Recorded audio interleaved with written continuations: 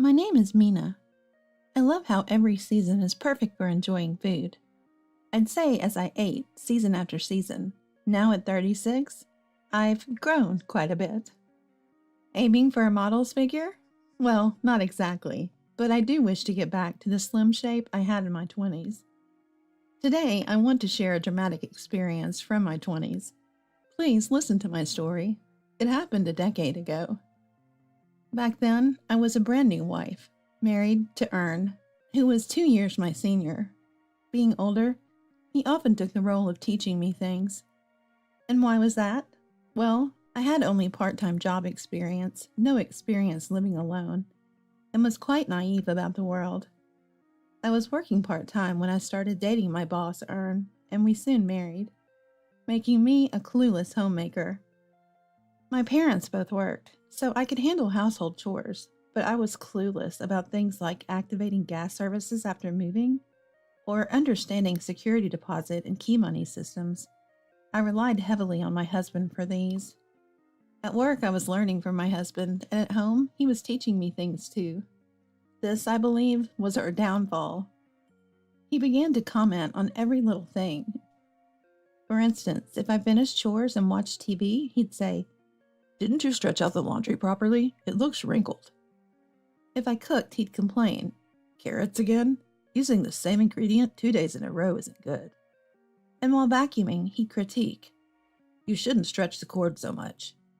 His remarks started to feel like he had too many personal rules. At first, I thought maybe he was right about the laundry or getting tired of the same ingredients. I listened to him. But then he'd find something new to criticize.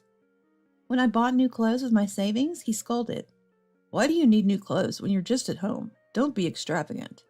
Though I bought it with my own savings. If I went shopping in shabby clothes, he'd surely say, "That's embarrassing." I couldn't win. What did he expect me to do? To him, it might have felt like he was just teaching me, but he had turned into a constant nag. Yet he did nothing himself. He would just tell me what to do without lifting a finger.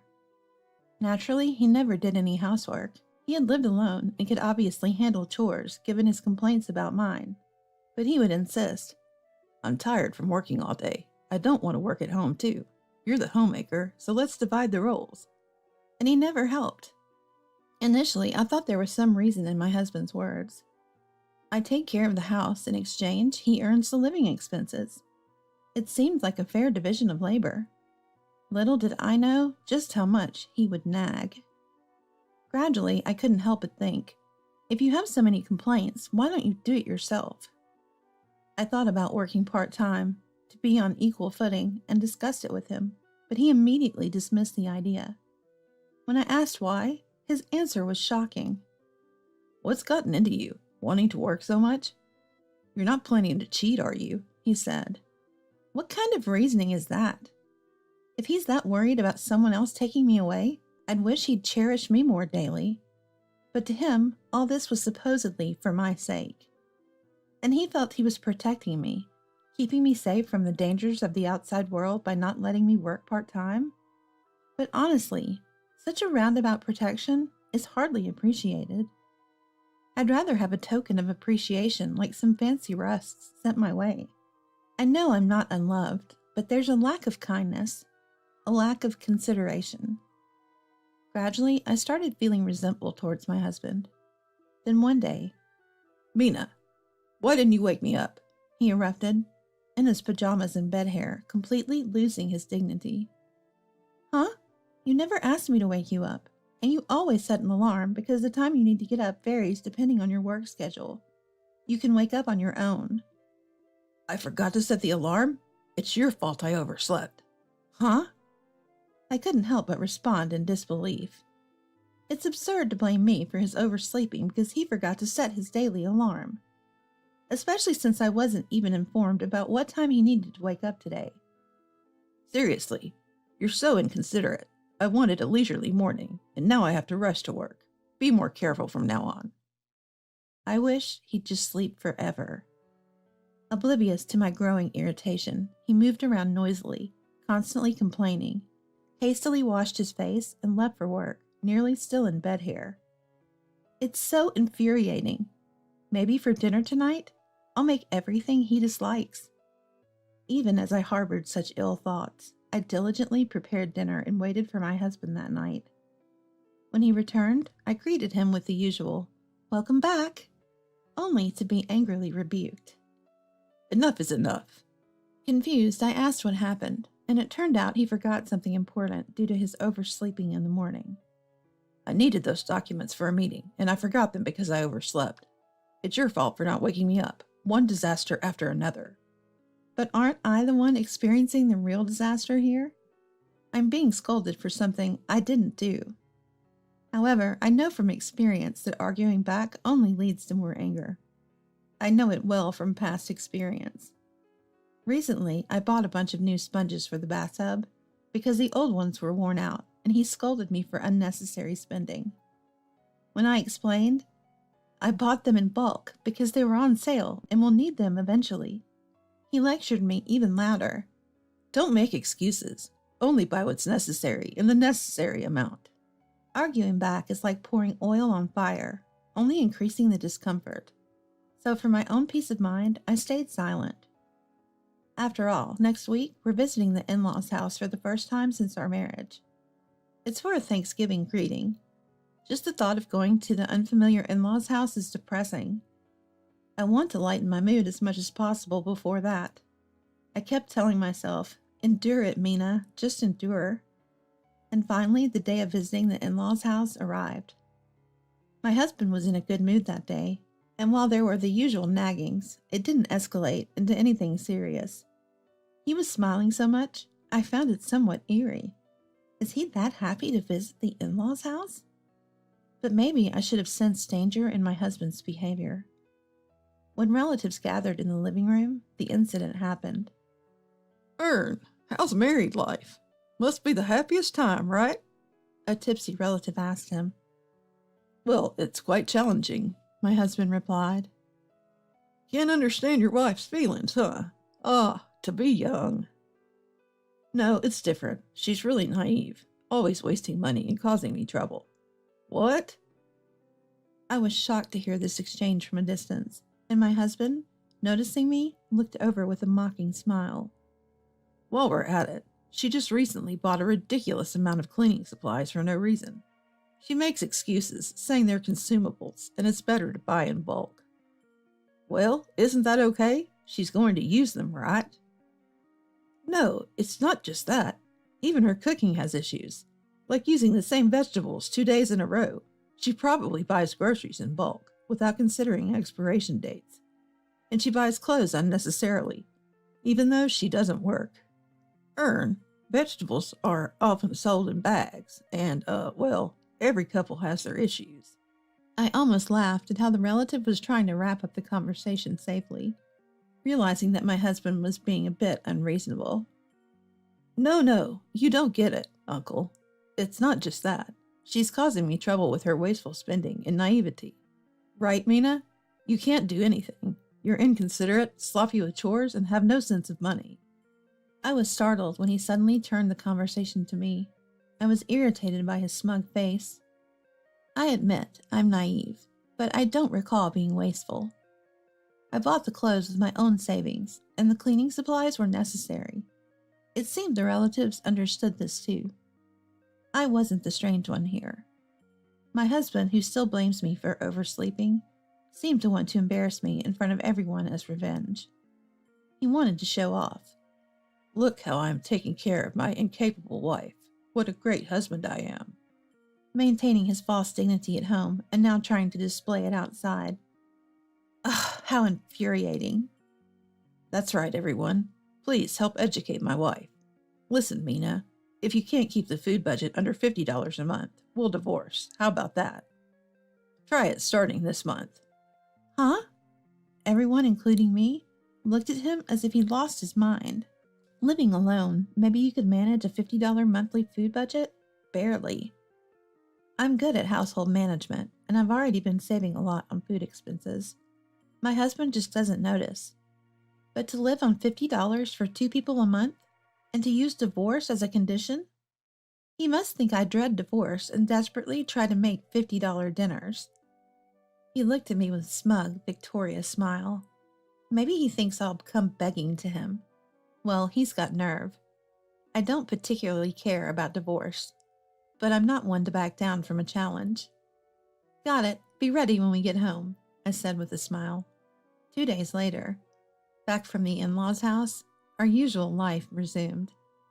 My husband sneered. Now, let's see if you can manage with a $50 food budget starting today. If you want to apologize, now's the time. I can do this. That day, I made curry. It was the usual richly filled curry, so my husband somewhat triumphantly said, "Hey, starting with this on our first day, $50 will be tough. You really don't think things through." The next day, I served curry again. He remarked, "The same menu 2 days in a row? Isn't that a bit sneaky?" "Well, fine. If I don't let this slide, you'll end up divorced. I won't make a rule against repeated menus." The following day, again, it was curry. Eating the menu served despite complaining, he now had to accept the repeated meals because of the rule he made. But today, after taking a bite, he asked, "Hey, isn't this diluted?" "Diluted? Of course." "Huh?" "Every day, I add a little water and keep simmering it. I call it infinite curry. It's gradually becoming curry-flavored water, a special saving dish." "What? You're kidding. I thought something was off. Yesterday it was still good, but today it's way too watery." "No one said curry with added water is off limits. If you don't like it, don't eat it. But then make your own meals. Remember, it's your rule. The food budget stays under $50 a month or else divorce, right?" Seemingly not wanting to divorce, my husband silently continued eating the infinite curry. A week or so of infinite curry later, when the pot was finally empty, he was visibly relieved. The next morning he smirked.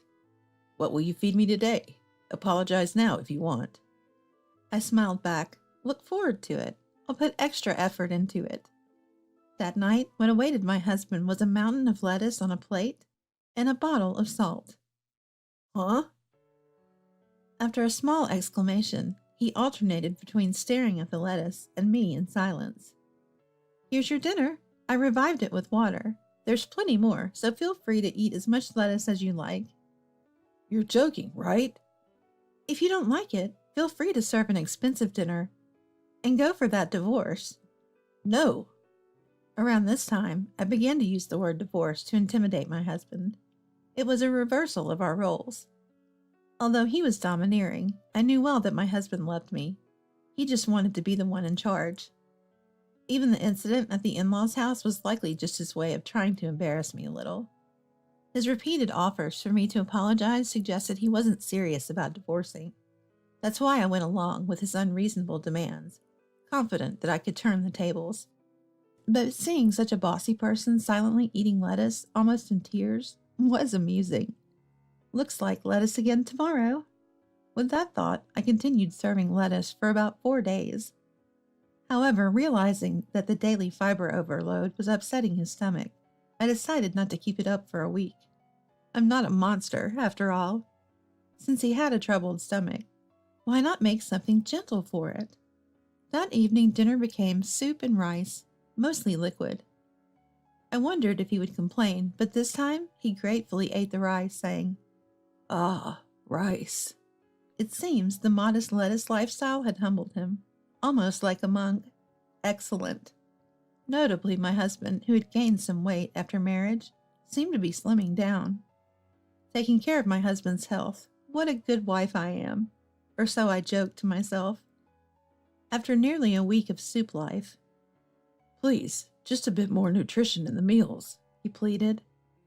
I didn't remember using mind control just by cooking, but it seems food is indeed important to humans. Gradually, my husband had started speaking politely to me.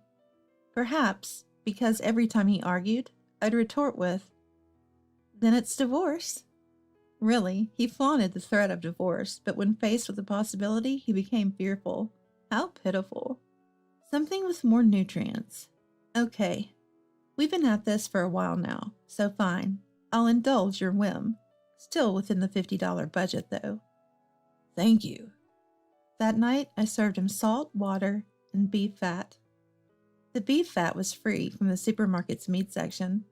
The water was fresh from our tap, directly from the waterworks, and since everything else was virtually free, I chose rock salt for its quality.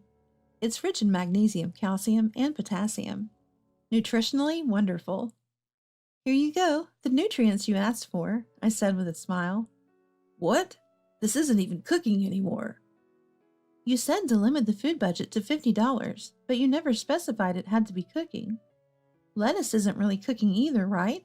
It's no different. But this is quite a stretch. So let's divorce then. Most of the budget was spent on that first curry, so keeping it under $50 is impossible now. What? He went pale at my lie. He really didn't want to divorce. Thank you for everything. Let's get divorced. Wait! What's the matter? You wanted to educate me in front of the relatives. Weren't you dissatisfied with everything I do and thinking of divorce? As I asked with a sly smile, he had tears brimming in his eyes. It's not that. I just wanted to be a strong husband in front of you. To be seen as great and capable. I always thought you were constantly annoying and troublesome. You negated everything I did. It's natural to feel that way. You should have told me. I did argue back, didn't I? But you never listened, always calling it excuses. I didn't want to talk about it anymore. He fell silent, looking down, and finally, tears fell. If you continue to behave selfishly like that, I will really divorce you. You may not have been serious about it, but flaunting divorce means you're okay with the other person drifting away. I'm really sorry. I think I created this image of a husband in my mind. Being older, I thought I had to be relied upon. But I also took advantage of you, thinking you'd do everything. I can't be that imposing outside, but I assumed you'd accept it. And I took you for granted. After confessing his true feelings while crying, he prostrated himself on the floor. I mean it. I'll change my ways. I'll prioritize you, Mina, above everything. I won't threaten you with divorce or do anything despicable. I'll listen to your words and feelings. I want to be with you. What should I do? Upon hearing my words, he trembled momentarily. I won't forgive everything that's happened, but I have conditions for you. If you agree to them, I won't divorce you. Are you saying you'll forgive me? I said I won't forgive. Any little problem, and it's instant divorce. You won't have a say in it. I'm sorry. My husband apologized again, completely subdued. I'm going to get a part-time job. This way we'll be equals. So you'll do housework too. Understanding my burden. We're a couple after all. We should share both the good and the bad. Understood. But just so you know, housework doesn't mean cooking with ingredients I bought or taking out trash I gathered, okay? What? You'll go shopping and plan meals?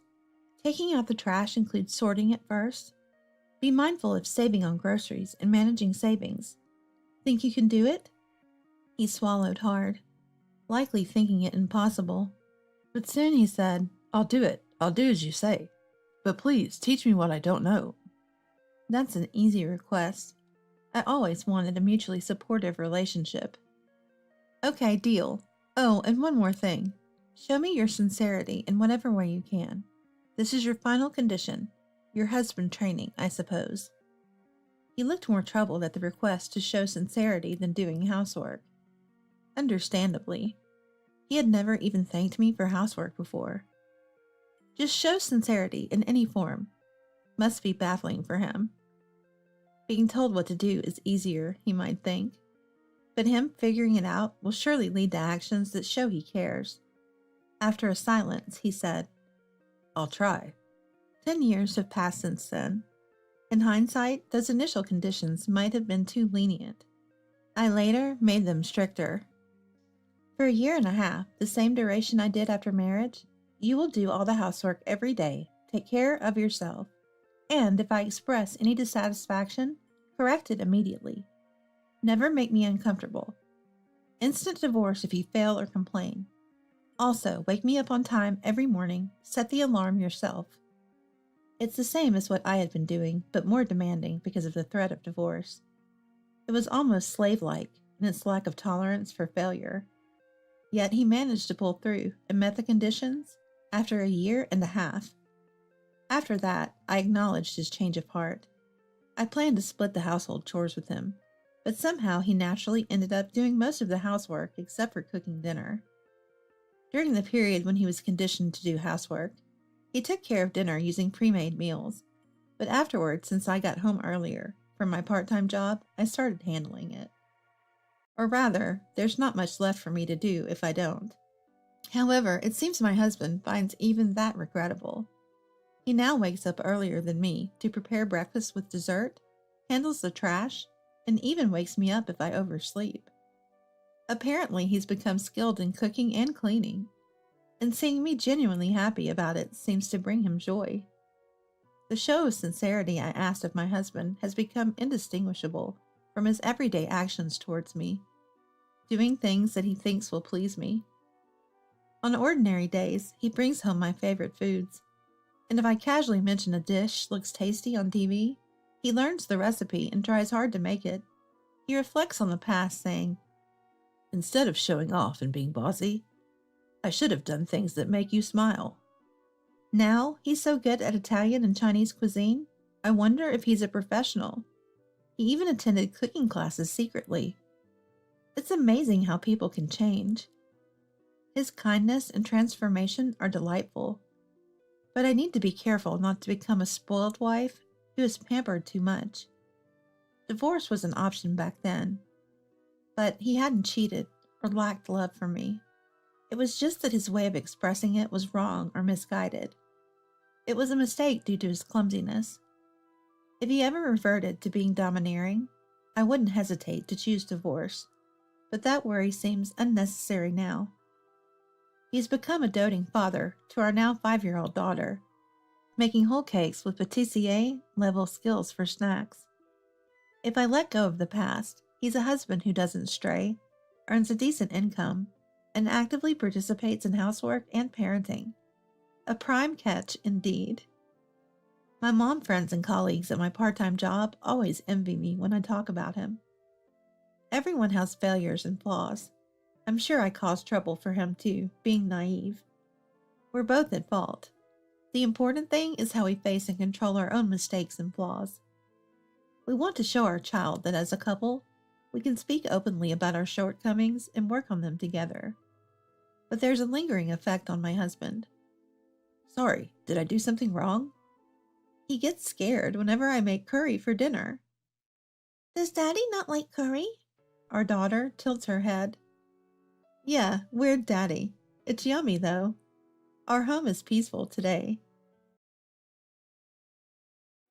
Those bags are for you and Dad to take. Get out of here, will you? I couldn't hide my shock at the sight of the bags piled up at the front door. Everything in them belonged to me and my husband, from clothes to daily necessities. What's going on? Why are you kicking us out of our own home? My hands trembled with anger at the sheer injustice. Seeing my reaction, my son and daughter-in-law smirked. We're taking over this house before Dad gets back from his business trip. Consider it our wedding gift. That's absurd. You can't do that. Well, you didn't give us any wedding money, so it's only fair. You're old anyway. Why don't you just go to a nursing home or something? Mia said, and Alex burst into laughter. Great idea. Off to the nursing home with you. They both jeered at the idea of sending us to a nursing home. I found the situation so ridiculous that I burst into laughter. They looked at me suspiciously, but I didn't care. Are you sure you won't regret this? Regret? We'll feel relieved. All right then, suit yourselves. I smiled at the bluffing Alex and Mia, grabbed my bags, and left the house. It feels so good without the nuisances. We got the house too. This is awesome. I heard their jubilant voices from the other side of the front door. They have no idea what's coming for them. I dragged my carry-on bag away from the scene. My name is Laura. I've worked in caregiving for many years and retired at 70. I enjoy interacting with people, so even after retirement, I volunteer locally. My husband is also in his 70s and runs a small to medium-sized business. He's quite active for his age, often accompanying his employees on business trips. It seems that the company will be handed over when the successor grows up, so I would like to support my husband's work until then. We have a son named Alex. He was a miracle baby for us, as we struggled with infertility for years. We raised him with love and care, and he used to be a well-behaved child. Alex had always been a good kid, the kind of son that made parents proud and neighbors talk. It's not like we spoiled him. We taught him the basics. What's wrong is wrong, and don't do things that annoy others. But when Alex hit high school, we realized there's only so much parents can do.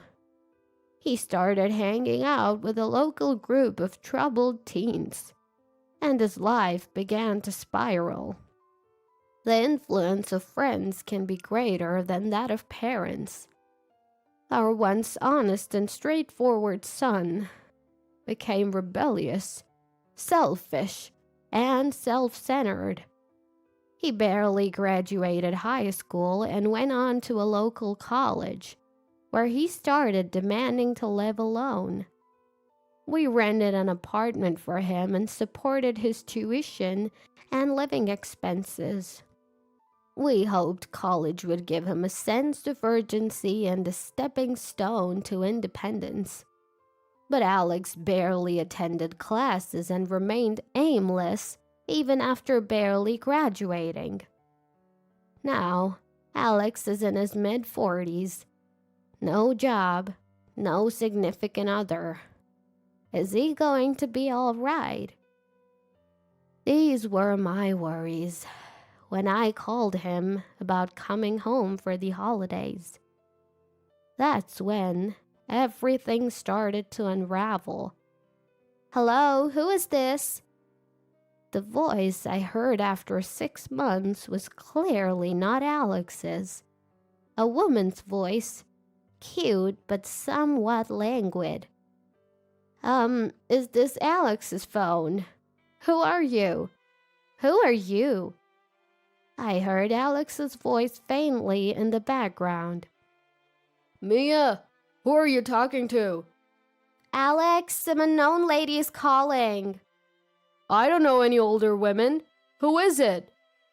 Alex, now laughing, took the phone and his voice turned noticeably annoyed when he realized it was his mom. What do you want, Mom? Why, you haven't shown your face in years. How about coming home for the holidays? Your dad misses you. In fact, my husband was really missing him. Probably more than me. He's always concerned about Alex's future and well-being. Maybe it's because they used to fight a lot during his teenage years. But Alex's response was cold. Nah, coming home is a hassle. I'm staying here with Mia. At least call your dad. Yeah, I get it. So the girl earlier, Mia, are you dating her? Living together? I couldn't help but ask about the woman I had just spoken to. Would a girlfriend really answer her boyfriend's phone without permission? Would she rudely address a stranger as you and speak without any courtesy? Honestly, it was pretty outrageous. But instead of answering, Alex just clicked his tongue in annoyance. Ugh, so annoying. What did you say? You guys are always so annoying. Always meddling in my business. Without a shout, he hung up the phone. I had been yelled at during Alex's rebellious years, but I never thought he'd speak to me like that as an adult. I stood there, phone in hand, stunned. I'm home. Did you talk to Alex? That night, I told my husband about the rude woman who answered the phone and the harsh words from Alex. My husband looked serious, but eventually said, Well, he is working, even if it's temporary employment. Let's give him some space. Maybe my husband was right. I was shocked when Alex changed in high school, influenced by his surroundings. I've been anxious that he might be hanging out with the wrong crowd or dating someone questionable. Maybe my over-involvement was getting to him. I decided to consciously hold back on reaching out. A few months later, Alex contacted us. He said he had found a decent job back home and would be returning soon. Despite everything, my husband and I were relieved. It's unsettling when your child is far away, and comforting when they return. But when Alex came home, he brought an unfamiliar woman with him. This is Mia. We're getting married. My husband and I couldn't hide our surprise at the sudden marriage announcement, especially since Alex was still a temporary worker. And Mia apparently wasn't working steadily either. Could they really get by without stable income? Welcome, Mia. Wow, Alex's family home is so old-fashioned. Is the floor going to collapse? How long have you two been dating? I don't remember. Are you the type to worry about the details, old man? Mia's answers to our questions were dismissive. Alex didn't correct her. He just laughed along. My husband and I exchanged a glance and shrugged in disappointment. This is bad. My husband's words sounded like he was pitying them. Despite our objections, Alex and Mia went ahead and registered their marriage. When we said we wanted to meet Mia's parents, she told us it wasn't necessary, denying us even a meeting of both families. Moreover, upon moving back to their hometown, Alex and Mia started living in a brand new apartment. It's so different from the rundown place we were living in before, Alex said, clearly pleased. But with their unstable income, there's no way they could afford the rent for such a nice new place. Sure enough, they started relying on our money. We decided to help with the rent, thinking they'd have expenses as newlyweds. But they also started coming over more often to eat, perhaps to save on groceries. Yet, Mia's attitude remained the same. What's with this side dish? It looks disgusting. It's always been like this. Lacks color or something. Alex chimed in. I was getting irritated. If you don't like it, you don't have to eat it. You're the ones who keep showing up. I'm just cooking extra for you. Mia seemed unfazed and didn't take my words to heart. Influenced by her, Alex became increasingly rude to me and my husband, making us dread interacting with them. Then suddenly, my husband had to go on a business trip. He had to spend several weeks in another region with a potential successor for the company. During that time, I'd have to deal with Alex and Mia alone. I'm really sorry to leave you alone at a time like this. It's fine. You're about to retire from being the boss anyway. And look, we have something to look forward to. True. It's just a matter of enduring until that's completed. Don't let those two get to you too much. We encouraged each other, and a few days later I saw my husband off. After that, for some reason, Alex and Mia stopped coming over, and a brief period of peace was ensued. I was busy with my re-entry volunteer activities, so it was good not to have to deal with them. But one day, I came home to find Alex rummaging through my dresser, where I keep my banking cards. "What are you doing?" I turned on the lights and shouted. Alex tossed the banking card he was holding. Bad timing. You shouldn't have come back. "Do you even realize what you're doing?" We're family, so give me some money. We didn't even get a wedding gift from you.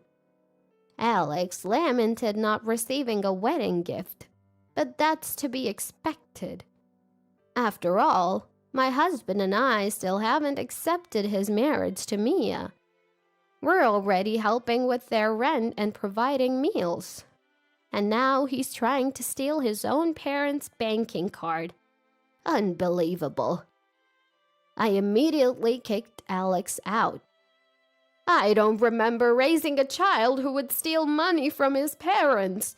If you ever do this again, we're done." I hurled these strong words at him, and he left, clicking his tongue. I immediately called my husband to tell him what had happened. Even though we're family, the fact that Alex was trying to forcibly take money alarmed my husband. That Alex would do something like this. I warned him we'd cut ties if he does it again, but there's no guarantee he won't. Let's move the banking cards to a different location for now. I'll be back in a few days and we can have a proper discussion then. All right, I'll be waiting. Only a few more days until my husband returns. I hid our valuables and braced myself for any surprise visits from Alex and Mia. But I never expected them to resort to such drastic measures. One day, when I returned from my re-entry volunteer activities, I found a truck parked in front of our house. Boxes and furniture were being carried in by movers. I rushed inside and found Alex and Mia. "What are you doing?" "Oh, Mom. Sorry, but we have decided to take this house." Owning a home is an asset, right? So it's better if we live here instead of you old folks, Mia said, laughing. I was too confused to comprehend what they were saying. Besides, Dad's still working at 70, right? Even now, he's on a business trip. I don't want to end up like that. Working hard is for suckers. While you guys are still healthy, we're taking what we can. Remarks that make a fool of her husband. Alex's words were a mockery of my husband, who has worked hard as a small and medium-sized business owner. I understand that it's been tough getting the business off the ground, but to me, this felt like an unbearable insult. Those are your belongings. Get out! Alex pointed to several bags packed at the entrance. I couldn't hide my shock. Everything from our clothes to daily necessities had been shoved into bags. Why should we have to leave the house we live in for you two? Faced with such unjust treatment, my hands trembled with anger. Seeing my reaction, the couple grinned. We're gonna make this house ours before Dad gets back from his trip. Consider it a wedding gift. That's impossible. You didn't give us a wedding gift, so this is only fair. You're old. Why don't you go to a facility or something? When Mia said that, Alex joined in with a big laugh. That's a great idea. Old folks should go to a facility. A facility! As they chanted, urging me to go to a facility, something in me snapped, and I burst into laughter. The two of them looked at me suspiciously, but I didn't care. Are you sure about this? You won't regret kicking me out. Huh? We'll feel refreshed. All right then, suit yourselves. I smiled at the defiant Alex and Mia, grabbed my bags, and left the house. It feels so good without the nuisance. We got the house too! This is awesome! I could hear their jubilant voices from the other side of the front door. They have no idea what's coming their way. Dragging my carry-on bag, I left the scene. A month later, I received a call from Alex, who knew I was now living with my husband, who had returned from his business trip. Hello? Alex, what's going on? Mom, it's terrible. The house. What happened to the house? Alex's voice was clearly panicked. Even without asking, I could tell something urgent was happening. Actually, I already knew why Alex was in trouble. Did you know this house is going to be demolished? Oh, did I forget to mention that? My feigned ignorance was met with Mia's voice. What the hell, mother-in-law? Did you set us up? You moved in without knowing anything. Besides, how could a house that you didn't inherit become your asset? Mia was still ranting, but I didn't care. The house they took from us was scheduled for demolition. Once my husband returned from his trip, we planned to tell Alex and move into our newly built one-story home. We had moved our banking cards to the new house the day Alex went snooping, so they were safe. I was planning to explain everything step by step, but Alex and Mia took that opportunity away from us. Listen, the contractors are already here, telling us to vacate. Where are you guys? Can you take us in for a bit? Well, you have that rental apartment, don't you? You were living there originally, so you can just go back. We thought we'd get the family home, so we already terminated the lease. I was utterly amazed at my own son's lack of crisis management skills. It seems Alex and Mia had prematurely terminated their apartment lease, thinking they could live in the family home and use the money I was paying for rent however they wanted. Only then did they find out the house was going to be demolished. But that's not our problem anymore. You guys better leave soon. If anyone other than the owner, my husband, is found living in a house scheduled for demolition, you could be charged with trespassing. Come on, we're family. Help us out. You're the ones who told your parents to go to a facility, right? I did as you wished, so figure out the rest yourselves. With that, I hung up the phone without waiting for a reply. After that, the demolition began, and the house my husband and I had lived in for years disappeared without a trace. I thought the situation might turn into a police matter if Alex and Mia didn't leave by the deadline, but it seems my worries were unfounded. Life was peaceful for a while, but the calls from Alex and Mia didn't stop. We even changed our phone numbers, but they managed to track us down through local volunteer connections. Their demands were, as always, about money. Alex and Mia, without stable jobs and now without a home, were living in company housing while working at a factory.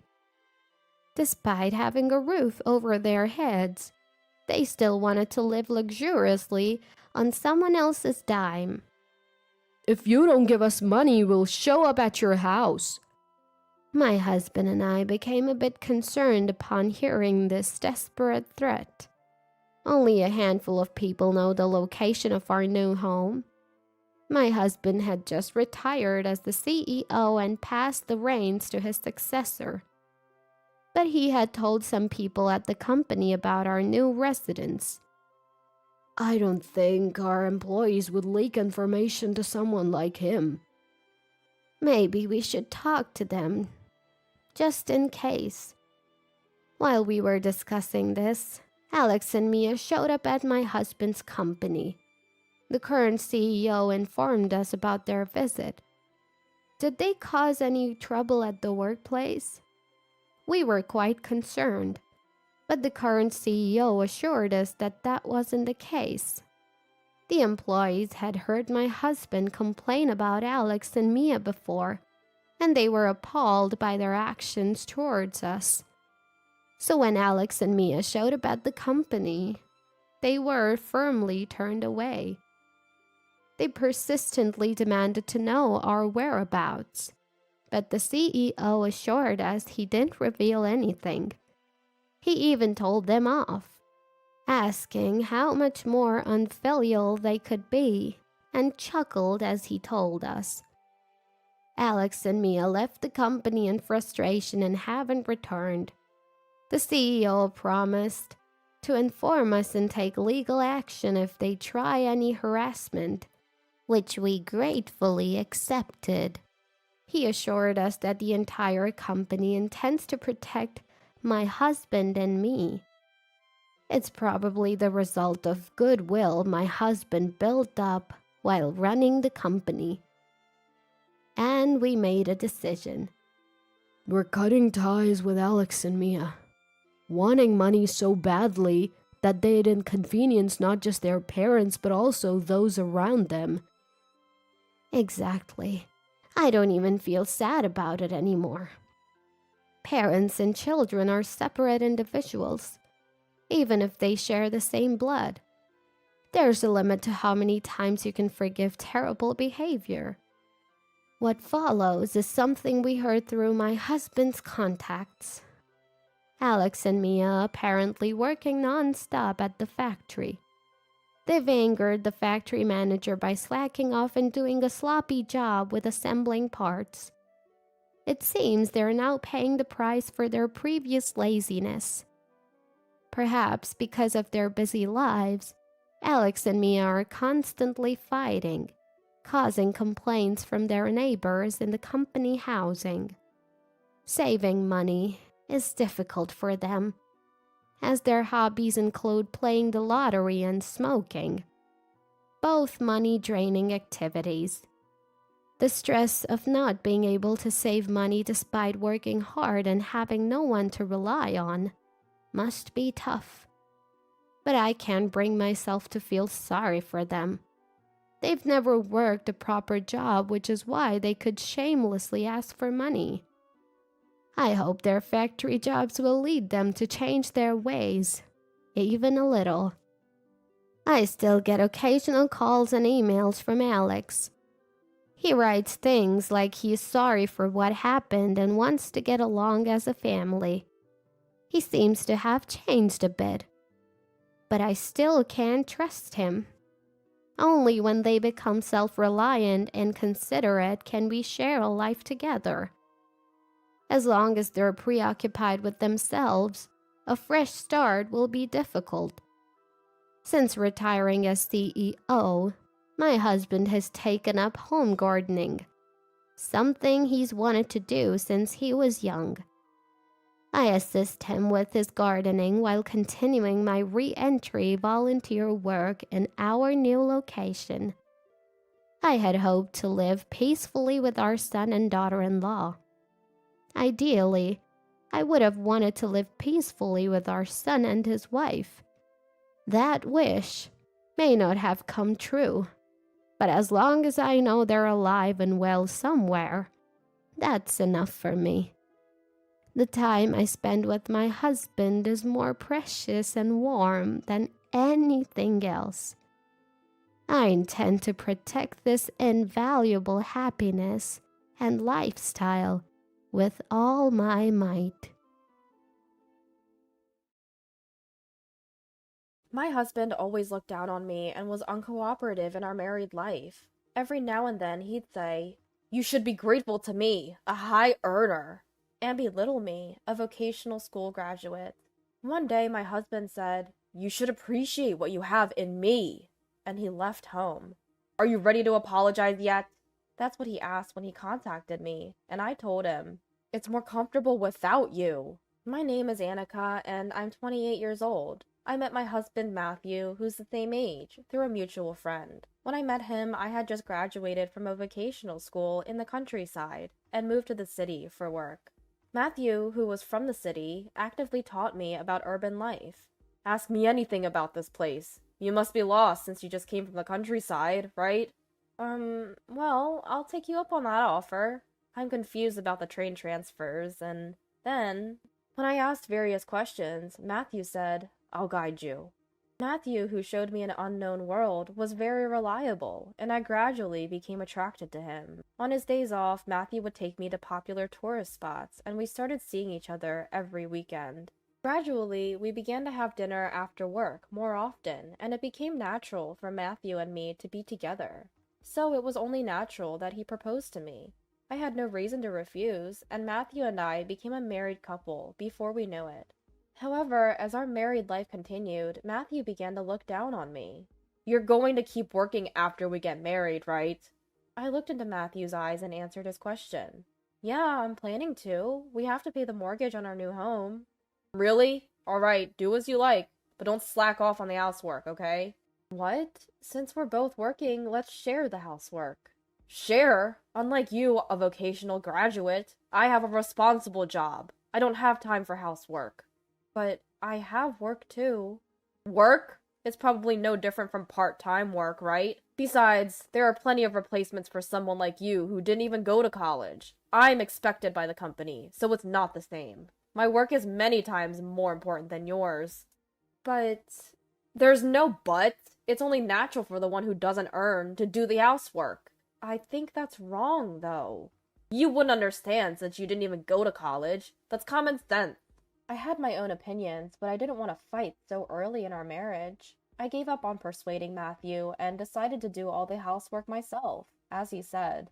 I had been living alone for a long time, so I wasn't bad at housework. I had been cooking for myself while working, so it was just for 2 people now. I quietly obeyed Matthew. Perhaps encouraged by this, he gradually became more unreasonable. "From today, I'll manage all the salary. I'll give you living expenses, so manage with that." We had moved our savings to a joint account before marriage, and after marriage, we planned to use our money carefully and gradually increase our savings. But Matthew suddenly said, "I'll manage everything." The living expenses Matthew gave me were only $100.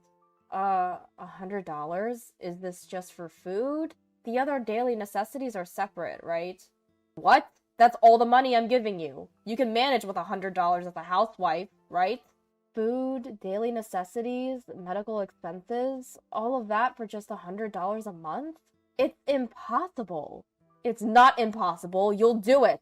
I come home tired from work every day. I won't forgive you if you skimp on meals."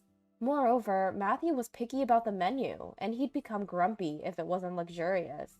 "What's this? Just this little bit of meat? Lately it's all cheap meat.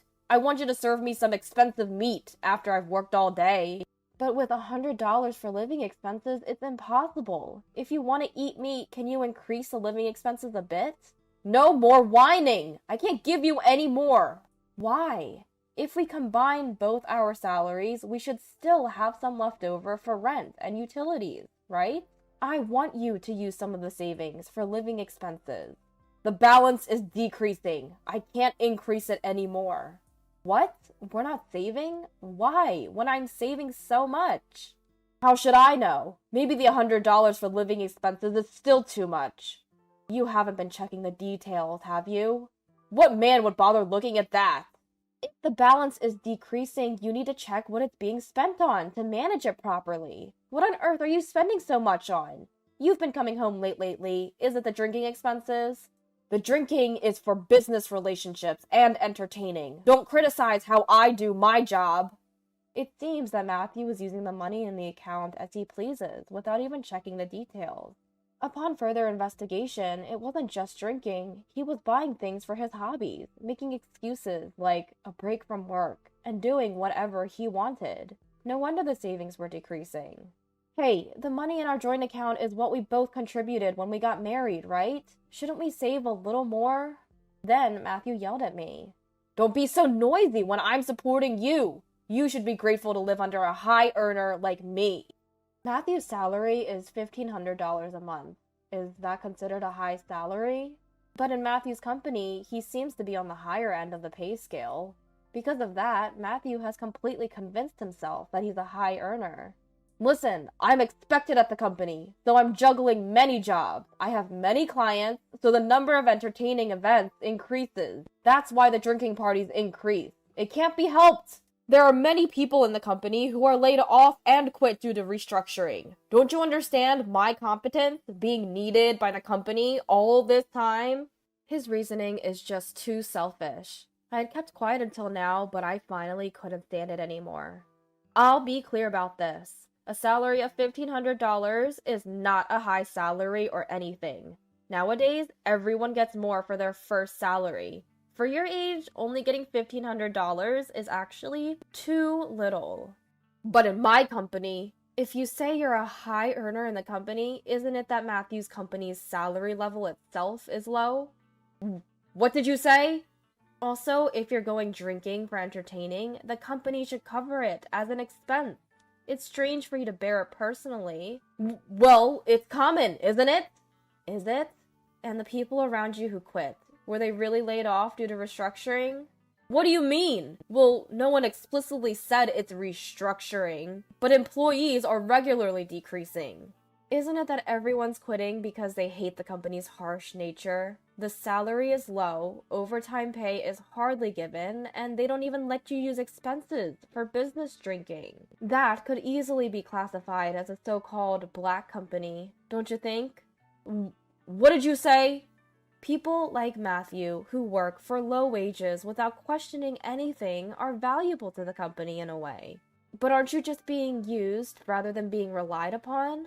I said too much. I realized it too late. Matthew's face turned bright red and his shoulders were shaking. You, a country bumpkin and a vocational school graduate, wouldn't understand society? $1,500 is a low salary? You're just a sore loser. A sore loser? Yes! I saw your pay stub the other day and you only made $1,000. What? Where did you see that? Looking at my surprise, Matthew said triumphantly, the deposit statement was left on the desk. Fool, no matter how much you talk back to me, you still earn less than me. If I don't support you, you can't even live on your own. Stunned, I listened as Matthew continued. This is your punishment for defying me. I'll stay at my parents' house for a while. Try living on your own. You'll understand how much you need me. Parents' house? You can't be serious. I'll take both the joint account and my personal account passbooks and cards. You'll manage with just your earnings, won't you?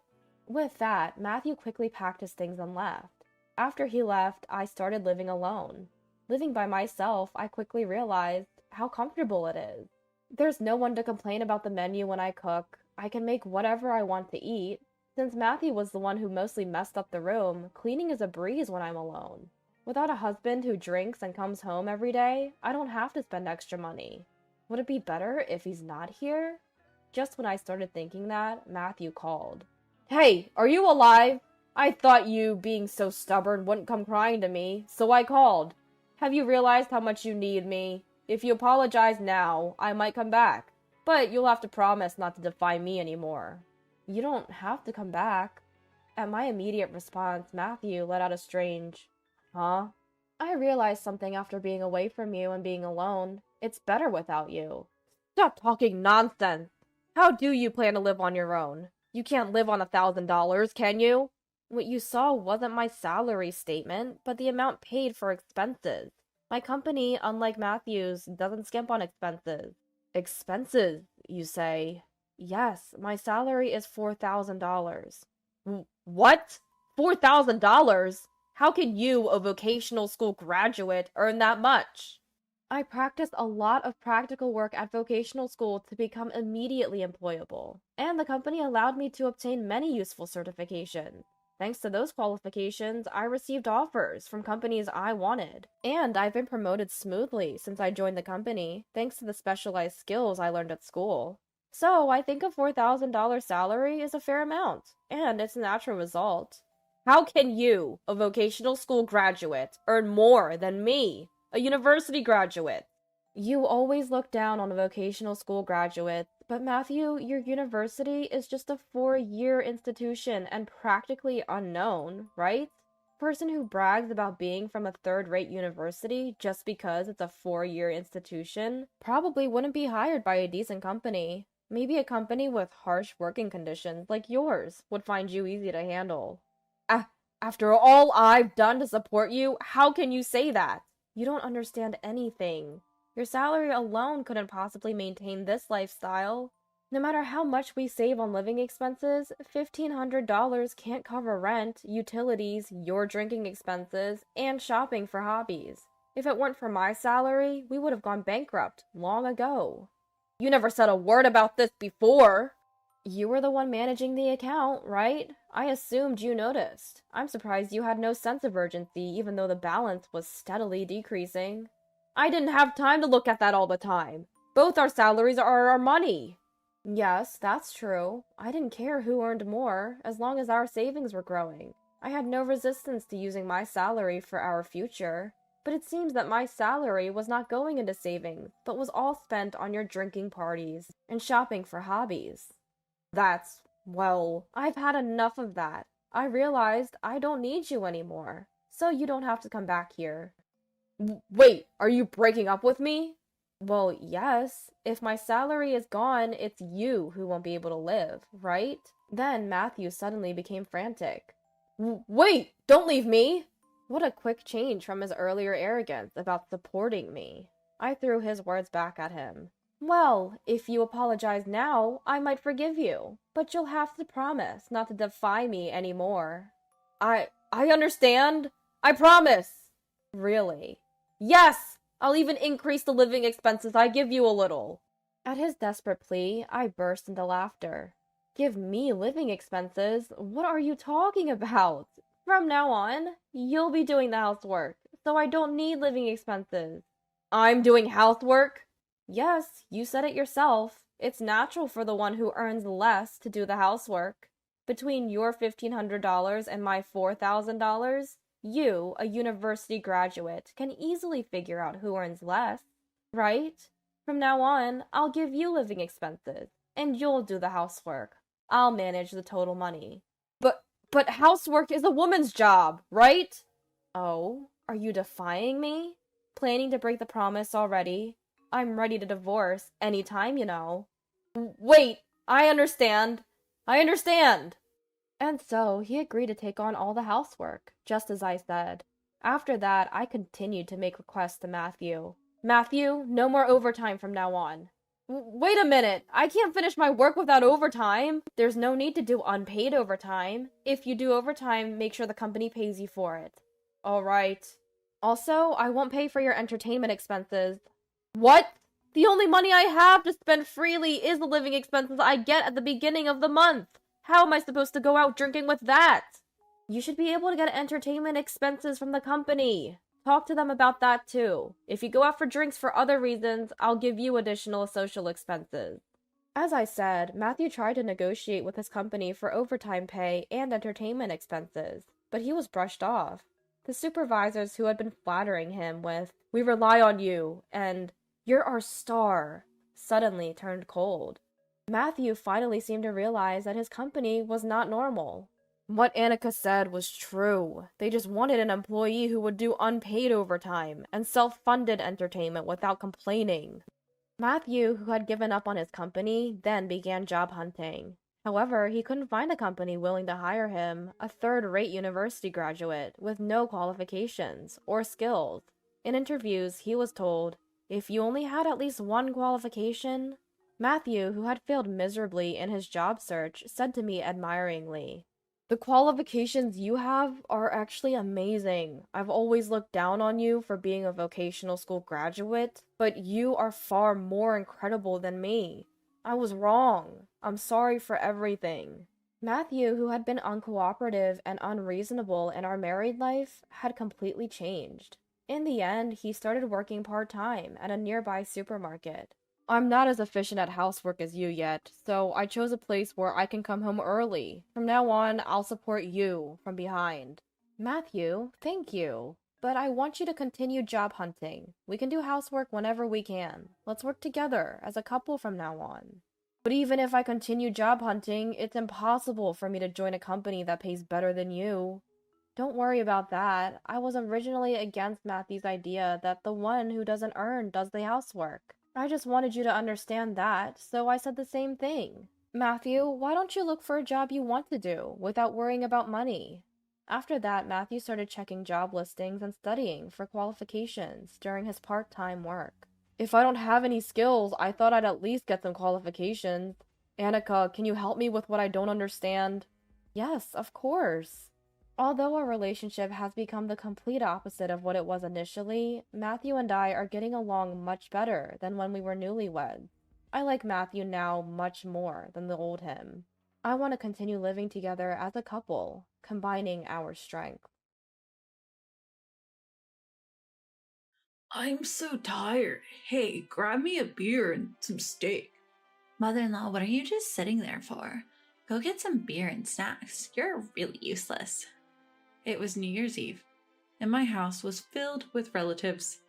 My eldest son and his wife had just arrived and wasted no time in bossing me around. Still stunned by their rudeness, my daughter-in-law continued with a sour face. We haven't even gotten a thank you for the Christmas gifts yet. Huh? Sierra's study desk and shoulder bag. They were nice, weren't they? Or didn't you like them? The colors were so cute. I clenched my fist and quietly responded. All right, let me thank you then. Avril, I see you started wearing men's cologne.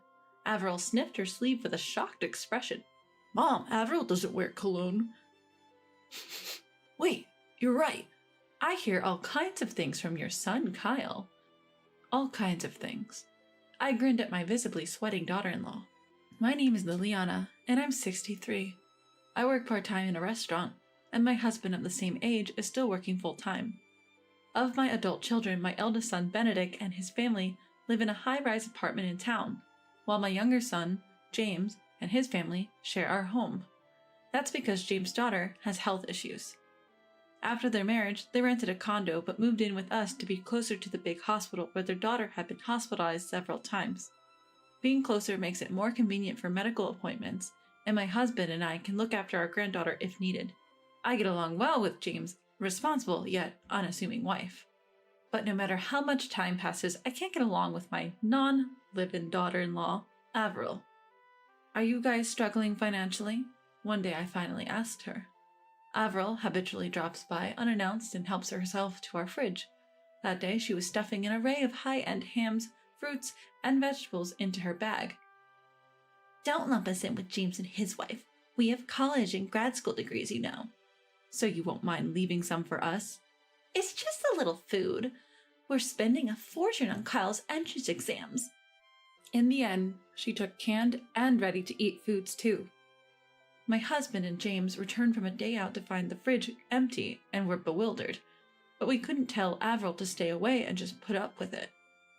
One day, I came home from work and went to my dresser, only to find my jewelry box empty. James's wife wouldn't just take my jewelry without asking. When I asked Avril, she texted back, I borrowed them. But then, no word from her for 6 months. I couldn't take it anymore and called her. Avril, can you return my pearl necklace and diamond earrings? They're heirlooms from my mother.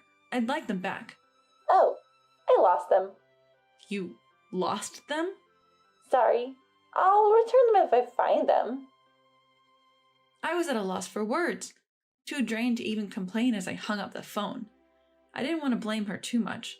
It felt like bullying my daughter-in-law, and that made me uncomfortable. I convinced myself I'd given the money to her and let it go. I had been putting up with Averil's antics because I didn't want to make a fuss.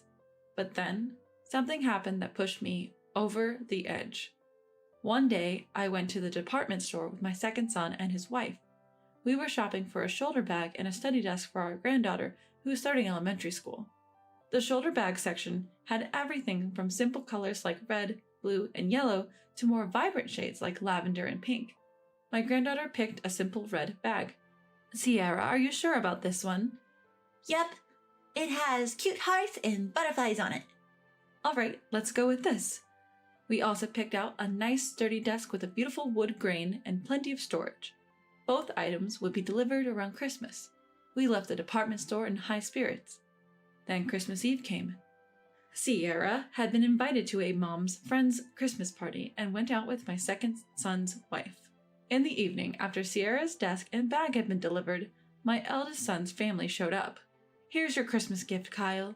The latest gaming console and some games. Thanks, Grandma. I've wanted this forever. Kyle's eyes were shining. He probably couldn't afford it himself. Yet Avril had a new designer bag every time I saw her. As they were leaving, Avril opened the door to Sierra's room without asking and peeked inside. Wow, a red shoulder bag? How outdated. And the desk looks old-fashioned. Sierra chose them herself. It's none of your business. I couldn't help but snap back. Avril glared at me. Defending her again, huh? You think she's so adorable? Our Kyle is way more accomplished. She's the granddaughter of two people who didn't even go to college. If you're going to go there, then I have my own thoughts on the matter. Avril smirked and left. I dismissed her as all talk, never thinking she'd actually do something.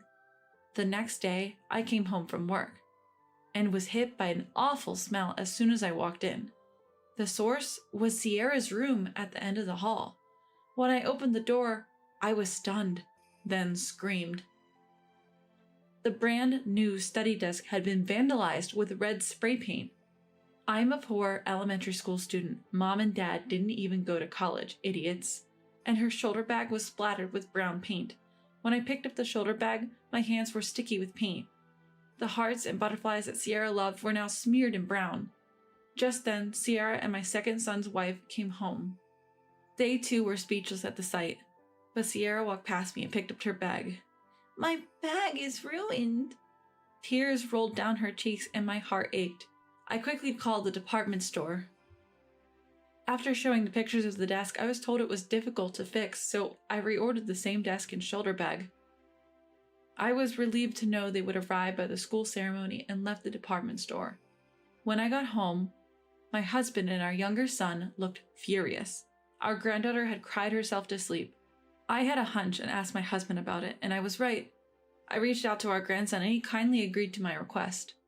Days later, I shared the results with my husband and our younger son and his wife. They agreed with my opinion. Now, all that was left was to wait for the holiday season when all the relatives would gather. 2 weeks later. On New Year's Eve, my house was bustling with relatives.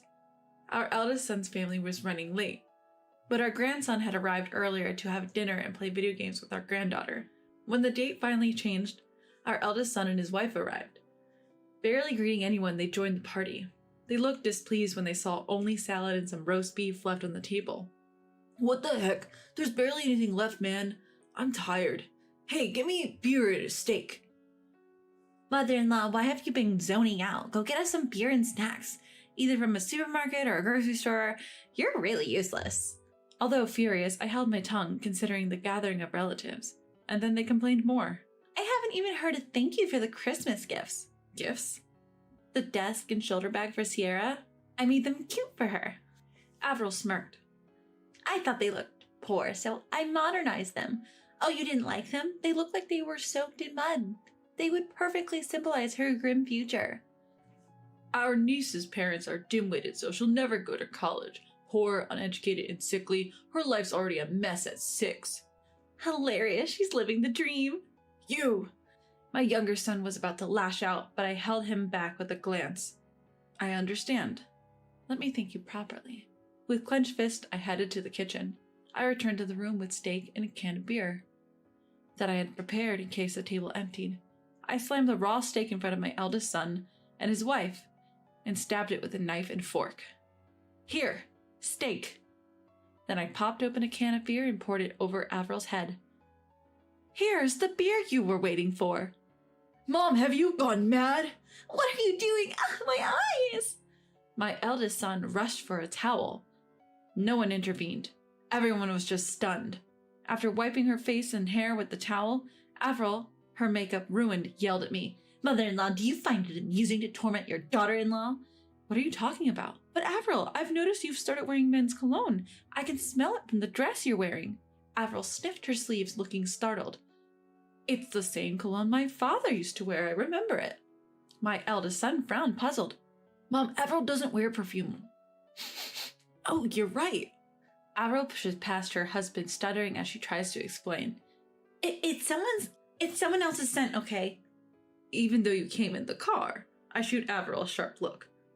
I've heard quite a few things from Kyle, you know. Quite a few things. It's winter, but Avril is sweating. Her husband presses her. So you were at your high school reunion overnight, right? Why wouldn't you believe your own wife over your mother? The room goes silent except for the voices of the arguing couple. The relatives who were chattering moments ago have gone quiet, now keenly observing the marital dispute. Just then, my grandson walks in. He nods at me and speaks to Avril. Mom, you're close with your private tutor, aren't you? Do they teach at your alma mater? Yes, they do. To get into prestigious middle school, you need connections, even with teachers. Is that so? Their son slyly takes out his phone and presses the playback button before setting it next to the raw meat. Avril's voice soon fills the room. Oh, stop. Not now. Kai will be back soon. We're fine, don't worry. I'm looking forward to spending New Year's Eve at a hotel with a beautiful view. I've cleared my schedule for that day. Thank you for always being generous. Don't mention it. I make good money as an elite postgrad. The room starts buzzing again, and her husband's face turns beet red. I just remembered an urgent matter.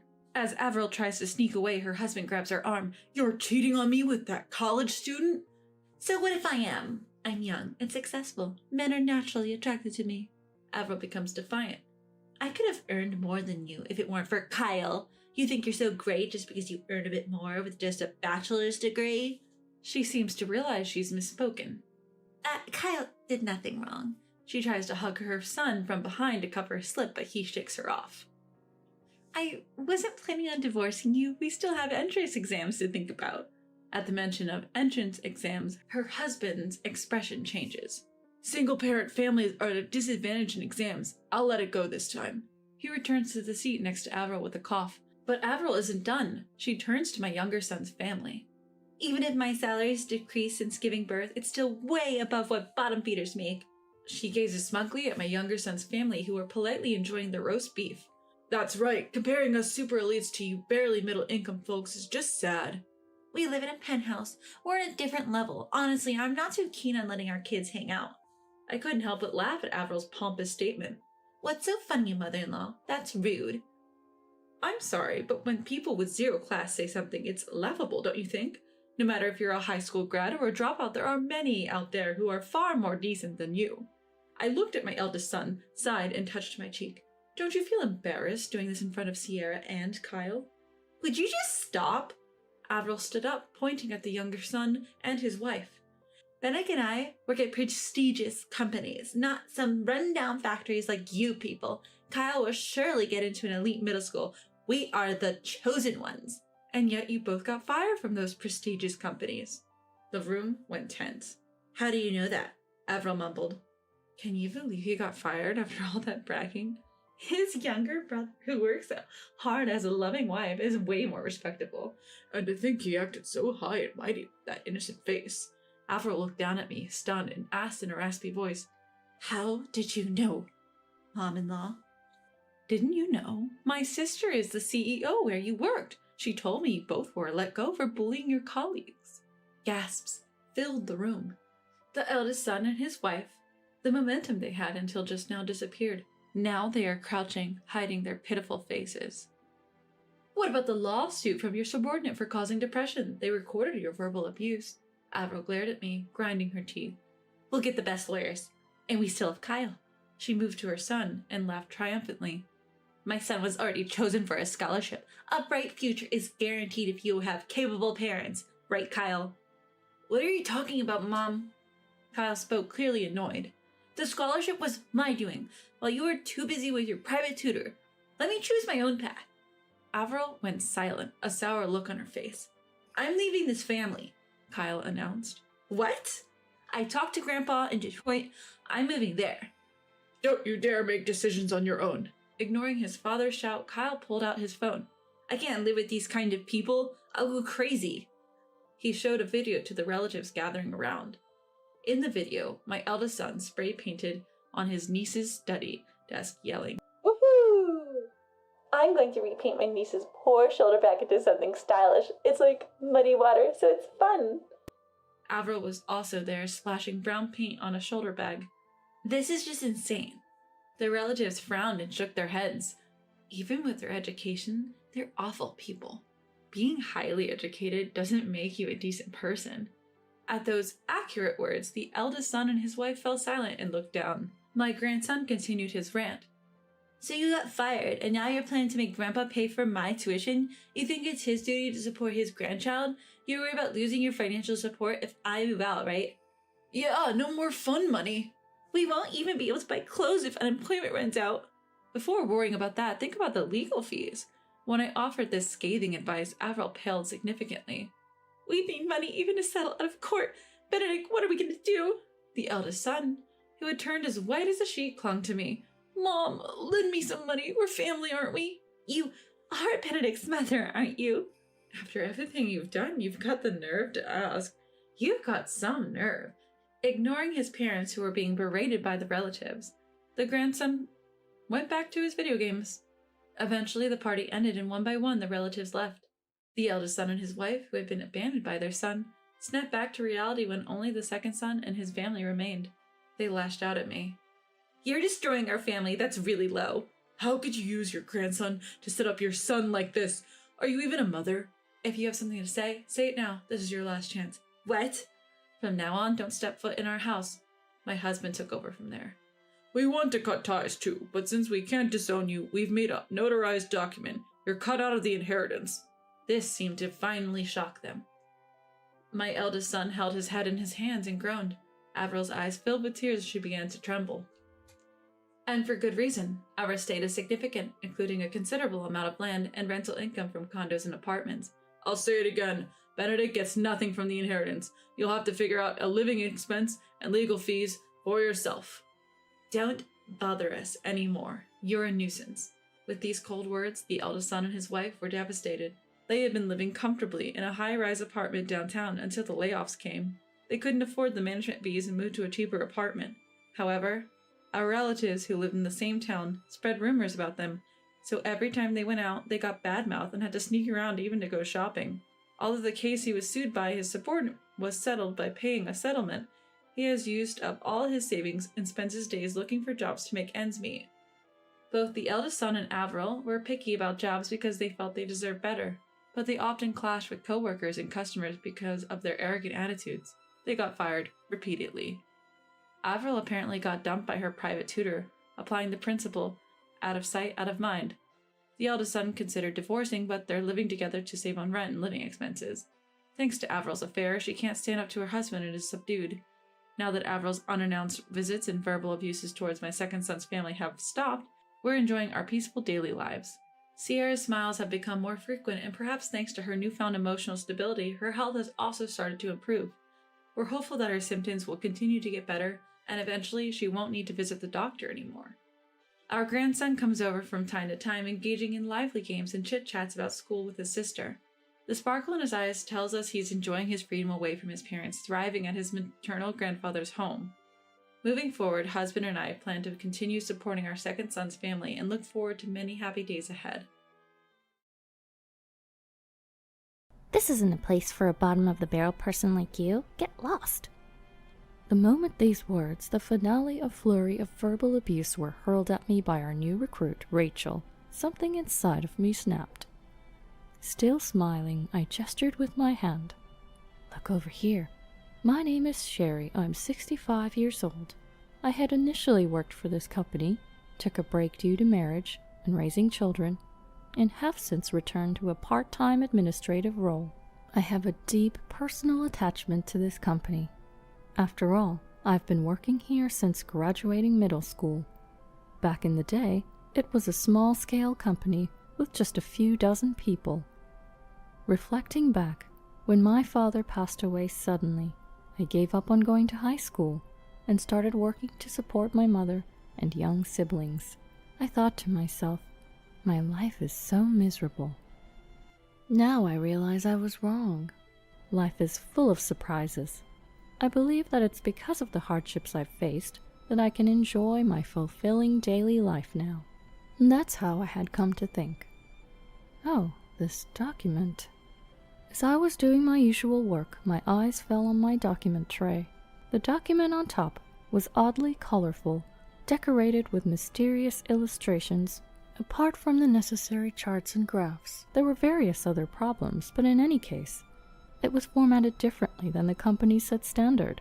When I asked around about who had left it there, it turned out it was a new employee, Rachel, who had left it during my absence. Holding the problematic document, I headed towards Rachel's desk. Rachel? Hi there. Can I talk to you for a moment? When I called out to her, Rachel turned her eyes towards me without responding. Her haughty attitude was perplexing, but I handed her the document. This document, did you perhaps leave it on my desk by mistake? I think it should have been submitted to your boss. Also, the format seems to be off. You might want to correct it. As I was speaking, Rachel silently stood up and beckoned me to a corner. Although I was puzzled, I followed her, only for Rachel to glare at me. Of course I submitted it to my boss, but I was told to redo it, which is super annoying. So I delegated the task to you. Can't you see this? Rachel pointed to a post-it note stuck to the document. It said, "Redo it for me." I had noticed the post-it note long ago, but I didn't understand the memo. I'm highly educated and capable, so even if I don't say anything, work comes my way and I get busy. Do you get it? That's why I decided to share some work with a part-time grandma who seems to have time. I did my best to suppress a cringe that threatened to twist my face. If I remember correctly, new recruits at this time of the year are still under their training period. Even if they're promising, would they really be assigned that much work as newcomers? Besides, what does she mean by sharing? Apart from the document, this person, Rachel, seems to have many points to question. This is your work, Rachel. I can't do it for you. As I handed the document back to her with a smile, Rachel's face turned red. Why not? It's just a little correction. Correcting it is also part of your job and learning process. Even after I explained this, Rachel didn't seem convinced. Don't be so cheeky for a part-timer, do it. At first, Rachel spoke in a low voice, but her volume gradually increased, causing a stir around us. What are you doing? Eventually, the employee in charge of her training came over and reprimanded her, ending the matter there. Or so I thought. It turned out that I was the only one who thought so, as I seemed to have earned Rachel's resentment over the document issue. From then on, I was harassed by Rachel almost every day. It's unthinkable for someone as highly educated as me to be doing such menial work.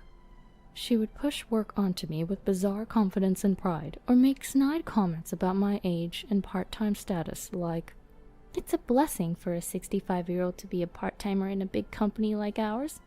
It's hilarious how kind our company is to hire such an incapable old lady."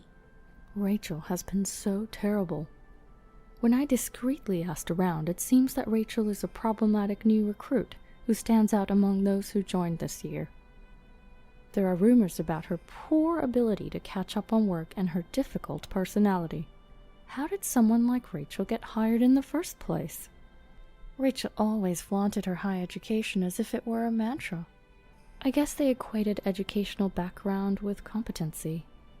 Our company assigns new employees to their departments based on their work ethic during the training phase. Most of the new hires work on my floor, so I naturally end up dealing with Rachel a lot during this period. The assessment phase lasts a month, so I only have to endure this for another 2 weeks. Oh, but what if she gets assigned to the same department as me? The dreadful thought made me inadvertently clutch my head. Despite her supervisor and other colleagues cautioning her, Rachel kept instigating confrontations with me. If we ended up in the same department, I would definitely be living in hell. She probably sees me as an easy target since she perceives me as a timid old lady. Unaware of my troubles, Rachel approached me again today. Hey, what was that about just now? She called out to me as I stepped out of the employee cafeteria. Huh? What? As I stared blankly at her, she dragged me away to a less crowded spot. Rachel turned to face me and blurted out. You were talking to Ethan, weren't you? I had indeed been chatting with a young male employee named Ethan in the cafeteria just now. I sighed inwardly. When someone complains to the mention of a person of the opposite sex, it's usually for a predictable reason. What's the matter with that? Don't you dare make eyes at Ethan, you old hag. The way you touch him is disgusting. Indeed, while chatting casually, I had lightly patted his back, telling him to pull himself together. I was surprised she had noticed such a minute detail, but I was even more taken aback by her saying, "Are you serious about me hitting on him?" I couldn't help but chuckle. After all, I'm already 65, which Rachel likes to point out herself. What are you laughing at? Are you making fun of me? Ethan, you know, is the heir to this company.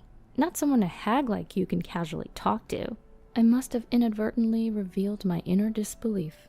Ethan is indeed popular among the female employees because of his good looks and personality. Our company has banned the custom of giving candy on Valentine's now, but I remember him taking home quite a lot of them in the past. Rachel is likely one of the many who admire, or maybe even have a crush on him. But it's absurd for her to be jealous of someone like me. Hey, enough already. A few of the younger employees who had noticed Rachel's loud voice gathered around us trying to intervene. Mind your own business, she retorted, refusing to listen. To prevent them from incurring her wrath as I had, I smiled at the people around us and reassured them. I'm okay. Rachel spat out a final insult. A poor middle school graduate like you should just work quietly until you die. You're an eyesore. And then she quickly walked away. She really is the troublemaker everyone says she is. Sherry, are you okay? The employees who had tried to stop Rachel expressed their concern for me. Yes, thank you. After that incident, it seemed someone reported Rachel to her boss, and she was reprimanded. Since then, while she'd occasionally glare at me with great intensity, her confrontations with me considerably decreased, and I breathed a sigh of relief. Days passed, and Rachel was assigned to the HR department. Why did she get assigned to HR? I wondered as peace returned to my work. Each department is important in its own right, but given Rachel's track record and personality, I simply couldn't picture her in HR. I know she had to turn in a copy of her university diploma, so I'm certain her educational background isn't a lie, but even with that thought, she couldn't even run a photocopy machine and still worked on documents in her own style, despite being corrected several times already. More importantly, her attitude towards her colleagues is awful. This was something I knew better than anyone else. I wondered how she could get by like this. Despite enduring numerous verbal abuses and harassments, I couldn't help but worry. While I was worried, I also didn't want to get involved with her anymore. I stretched out, savoring the peace that had returned. 2 months later, I was in the changing room, switching from my regular work clothes to a suit, catching my breath. Dressing differently made me feel more focused. I quickly checked my appearance in the mirror and murmured to myself, "Today there's going to be a lecture-based training session at the company, and I was one of the attendees." When I arrived at the venue, some employees were still preparing the projector and arranging the desks.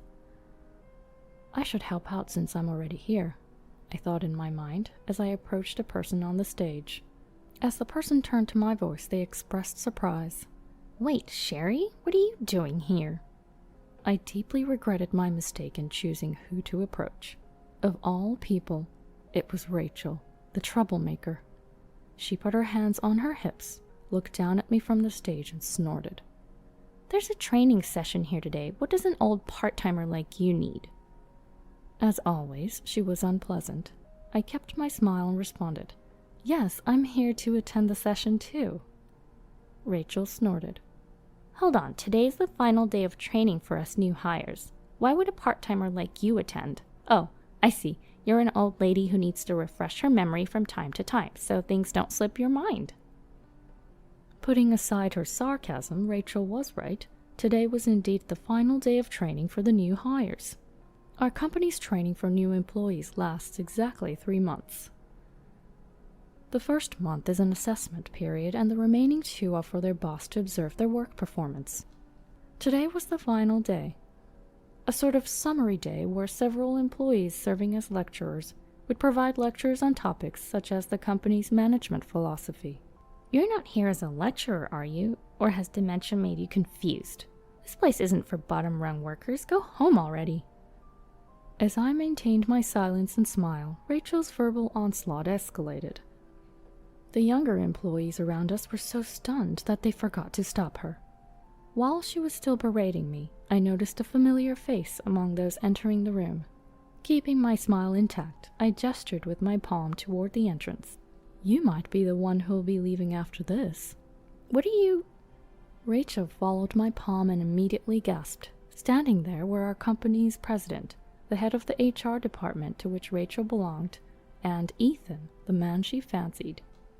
The head of HR was sweating profusely at Rachel's outburst, while the president and Ethan were clearly disgusted. No, this isn't what... I was just trying to explain to this part-timer the importance of today's training. Rachel, finally realizing the gravity of the situation, began to stammer out excuses. No one was coming to her aid. Amid the uncomfortable silence, Ethan, standing next to the president, glared at Rachel and asked me, Mom, is she the problematic new hire you were always talking about? When I answered, yes, Rachel let out a shriek as if her throat had been constricted. So you're Ethan's mom? Then are you the president's wife? Back when I was young and working for this company, I was introduced to the former president's son and ended up marrying him. My husband is now the president of this company. Not only Rachel, but also the other younger employees were displaying expressions of surprise. Why didn't anyone tell me? At Rachel's distressed outburst, I explained. Only a few employees know I'm the president's wife. I didn't want the new employees' attitudes to be affected, so I asked them to keep quiet about it. Rachel just gaped in response to my words. I was asked by my husband to greet the new employees and offer them words of encouragement, both as a long-serving part-time employee and as the president's wife. That's why I intended to attend today. I didn't expect to be talked down to this much. Rachel bit her lip. Why would the president's wife work as a part-timer? I might not know much about running a business, but I love this company and I enjoy working among people. Also, working part-time is easier, since I still have household chores at my age. I continued. There are things that are harder to see from higher positions that are instead clearer to a part-timer. For instance, we often hear various rumors, don't we? I glanced between the head of HR and Rachel while making my ambiguous remark. Rachel's face instantly turned red. I hadn't planned on spelling it out in this setting, but in her heightened state of emotion, Rachel pointed at the HR manager and shouted out an accusation. It was him. He told me that if I went out with him, he would arrange for me to be hired. I was taken aback, not expecting her to self-destruct in this way. Everyone, including my husband and son, was astir. Working part-time, I heard all sorts of rumors, including the rumor about our head of HR and Rachel being in a relationship even before she started working here. It was supposedly why she was hired and assigned to HR in the first place. The source was one of Rachel's fellow new hires, who also told me about it. Apparently, a drunken Rachel had boastfully revealed it all at a social gathering. Later, when I was complaining about Rachel to my husband, I also discussed this rumor with him. I intended to verify it at some point, but I didn't expect this sudden turn of events. All eyes were on the head of HR. His sweat-drenched face was so pale and trembled, so much that he looked as if he were crying. Criticism began to fly around the room. The head of HR was a married man, so it was only natural. Given these circumstances, we have no choice but to halt the training for now, my husband declared, and the training was put on pause. Dragging along Rachel, who was wailing, and the HR manager in a daze, we relocated to the president's office. We had initially heard rumors about you two from my wife, Rachel, right? Your disrespectful behavior towards my wife was unacceptable, and we have received numerous complaints from other employees as well. Honestly, we were trying to figure out how to deal with this. By the way, sir, is it true what Rachel just said? Yes. With my husband's question, the HR manager, knowing he could not escape, weakly nodded. Rachel had difficulty in landing a job despite her education because her character was seen through. Seems as though this whole thing started after the HR manager approached her following her interview. Rachel, on the other hand, was defiant and was shouting at me. This coward, he manipulated me into it. She seemed to be referring to when she exposed her relationship with the HR manager, and from her demeanor, she didn't seem remorseful at all. Your way of joining the company is far more cowardly. Ethan defended me with those words, and Rachel sat down, breaking into tears. I approached Rachel and said, Rachel, you were allowed to join the company in exchange for engaging in an inappropriate relationship with a married HR manager. That alone is considerably wrong as a person. Be ashamed of yourself. Correct your actions. Otherwise, I believe you'll lead a life filled with more regrets than now. I spoke to her as if admonishing, but Rachel just looked down, silent like a sulking child.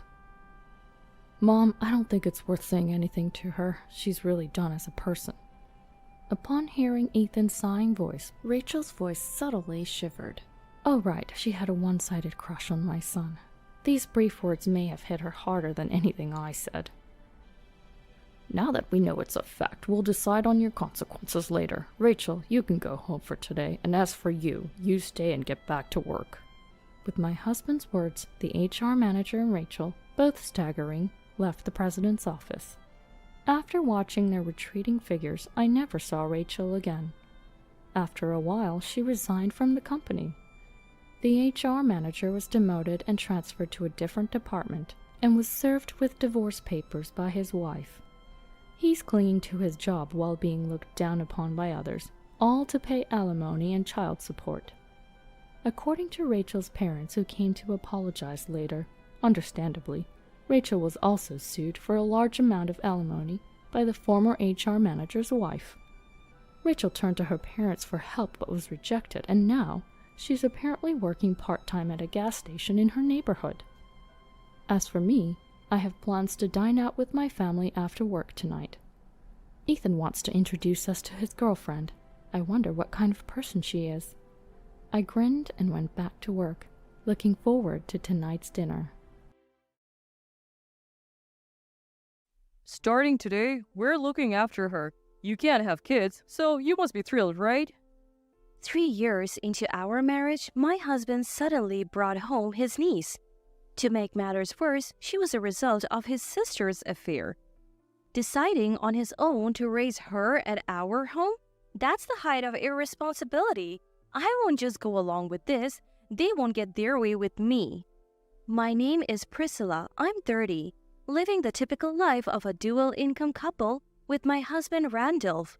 We don't have any kids, not because of health issues, but financial reasons. We dream of buying our own home and must be careful with our financial planning. We have decided to wait until we have saved enough for a down payment and birth costs. Since Randolph usually gets home late, I always prepare dinner while waiting for him. I'm home, Priscilla. What a day. Welcome back. Dinner's almost ready. Go wash your hands. What's cooking? It smells amazing. It's your favorite meat sauce pasta. Really? I'll wash my hands right now. By the way, any chance for seconds? Of course, there's plenty. Awesome. I'll have 3 plates then. He always enjoys the dishes I make. The seasoning differs from what he's used to, but seeing him relish every bite makes me not care anymore. Our relationship with the in-laws is balanced, not too close, not too distant. But there's one shadow over our life, Randall's sister, Garnet. 5 years younger than us, Garnet is a real piece of work. She looks sweet, but in reality, she's a flirt and not the nicest person. She's one of the worst people I have ever met.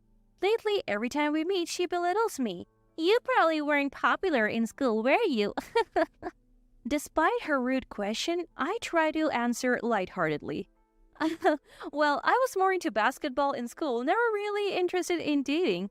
That's what unpopular people always say. Were you one of them? It's not an excuse. I just wasn't interested in romance. Yeah, I get it. Clearly, you're not the popular type. Garnet, that's quite rude. But it's true, right? Got under your skin? Enough of that. Let's drop it. You know, when I walk around town, I get scouted as a model. It's so hard to shop peacefully. Maybe I should take you as a bodyguard? Garnet always makes me her verbal punching bag. What's worse is that she acts without any remorse. The most stressful part is that my husband's family spoils her rotten. Both sets of parents and even my husband dote on her, letting her say whatever she pleases without any reprimand. Apparently, her beauty has always made her the family's darling. Her skin is as white as porcelain, her hair a fluffy platinum blonde, and her body delicately petite, like a doll. As a result, she's always fawned over by everyone around her and has morphed into a rather arrogant monster. Just the other day, something happened when we visited my in-laws. My sister-in-law noticed a bag I have been using for years and laughed at it, pointing her finger. Wait, what's with your bag, sis? What? Is there something wrong with my bag? Isn't it a bit too worn out? How many years have you been using it? Well, it's been about 3 years, but I don't think it's all that worn out. The handle's color is fading a bit, isn't it? I would be too embarrassed to use it. I like this bag. I don't mind if it's a little worn out. I just keep using it because it's important to me. Upon hearing this, my sister-in-law burst out laughing, a smirk of contempt on her face. Sis, you must have become stingy because you don't get hit on, right? What? What does that have to do with not getting hit on? At my irritation, she looked up at me, pouting her lips. It does matter. If I want something, guys immediately buy it for me. But you don't have that, do you? Why would I wouldn't ask strangers to buy me personal items. I can do that because I'm popular. If I ask, everyone will buy me anything. It's tough being so popular, but it's a blessing. At this, even I was at a loss for words. Then one day, I received an email from Garnet saying she wanted to talk about something, and she visited our condo, and then she uttered something utterly shocking. Hey sis, guess what? I'm dating a married man right now. What? A married man? He even has kids. Whoa, wait a minute. What are you saying? Isn't that pretty bad? Don't be so straightforward, sis. Everyone's cheating. It's not a big deal. That's not okay, and he even has a wife and kids. Stop nagging. I didn't come here to be lectured. I came here to brag about being hit on by a married man. What on earth is she saying? She said she had a problem and asked me to make time for her. What is this all about? She's not in trouble. She's bragging? I can't believe it. Garnet, cheating is not okay. You should end that relationship as soon as possible. Oh, well, I guess you wouldn't understand because you're not popular. What a waste of time. With that, she quickly left. Since then, I couldn't stand her and tried to avoid her as much as possible. It was 6 months later when my sister-in-law got pregnant with a child from the married man. I couldn't believe what my husband told me and had to ask him to repeat it several times. Huh? Garnet is pregnant with a child from the man she cheated with? You're kidding, right? Yeah, and her belly is already pretty big, so it seems she has no choice but to give birth. But how will she raise it? And won't the man's wife demand compensation? She's already been demanded, but she says she's definitely going to have the baby. What? She didn't just cheat with a married man, she got pregnant too? My disgust for my sister-in-law was beyond control. My contempt deepened, and I found myself unable to... Despite everything that's been going on, you feel sympathy? I can't believe it. One day, out of frustration, I confronted my husband. Listen, Randall, this is really getting out of hand. Oh, what's out of hand? Garnet, it's already bad enough she had an affair as a married woman, but why on earth aren't you scolding her for getting pregnant too? Scolding? Look, Garnet is struggling, isn't she? This is her first pregnancy and emotionally... My voice naturally rose against my husband's careless droning. Struggling? That's not the point. Think about the other woman. She has a kid, and her husband cheated on her, and the woman he cheated with is pregnant now. Garnet should certainly be remorseful, don't you think? Why are you so angry? Don't you feel sorry for Garnet at all, Priscilla?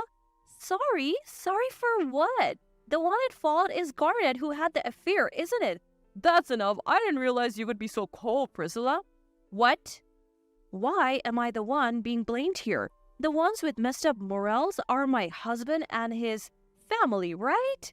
I continued to argue with my husband, but he wouldn't listen. I kept my distance from my sister-in-law and lived independently until... My husband suddenly said something outrageous. I've been thinking, we should take in Garnet's baby. What? What are you talking about? How could you even think like that? Well, Garnet said, you can take care of it if you want. We don't have kids of our own, so... That's not the point. Stop being so impulsive. Why have we been living a planned life till now? To my desperate pleas, my husband said something even more preposterous. After all, Garnet will be the one giving birth, so it won't put any burden on you, Priscilla. Plus, if Garnet were to get married to someone else, the child would be a nuisance, wouldn't it? What? Anyways, this decision is final. Start preparing to welcome a child, alright? The cruelty of my husband's casual words filled me with fear. He's serious? We are supposed to take care of a child conceived through my sister-in-law's affair? It's fine just because we don't have kids? That's absurd. My distrust and disgust towards my husband only grew day by day. Living together was starting to feel unbearable. My in-laws, who did nothing to scold my sister-in-law, said this to me. Well, Garnet is young and attractive. She could get married to another man in the future. Considering that, it's best for you and Randolph to raise Garnet's child. Yeah, Garnet's child would surely be adorable, whoever raises it. It's still our grandchild after all. I panicked and put a stop to my in-laws' excited rambling. Wait. Are you serious? I don't plan to... Well, aren't you infertile, Priscilla? Is there any problem? You've been married for quite a while now and haven't gotten pregnant. It's lucky that Garnet could have a baby for you. Or are you just jealous that Garnet is pregnant? Jealous?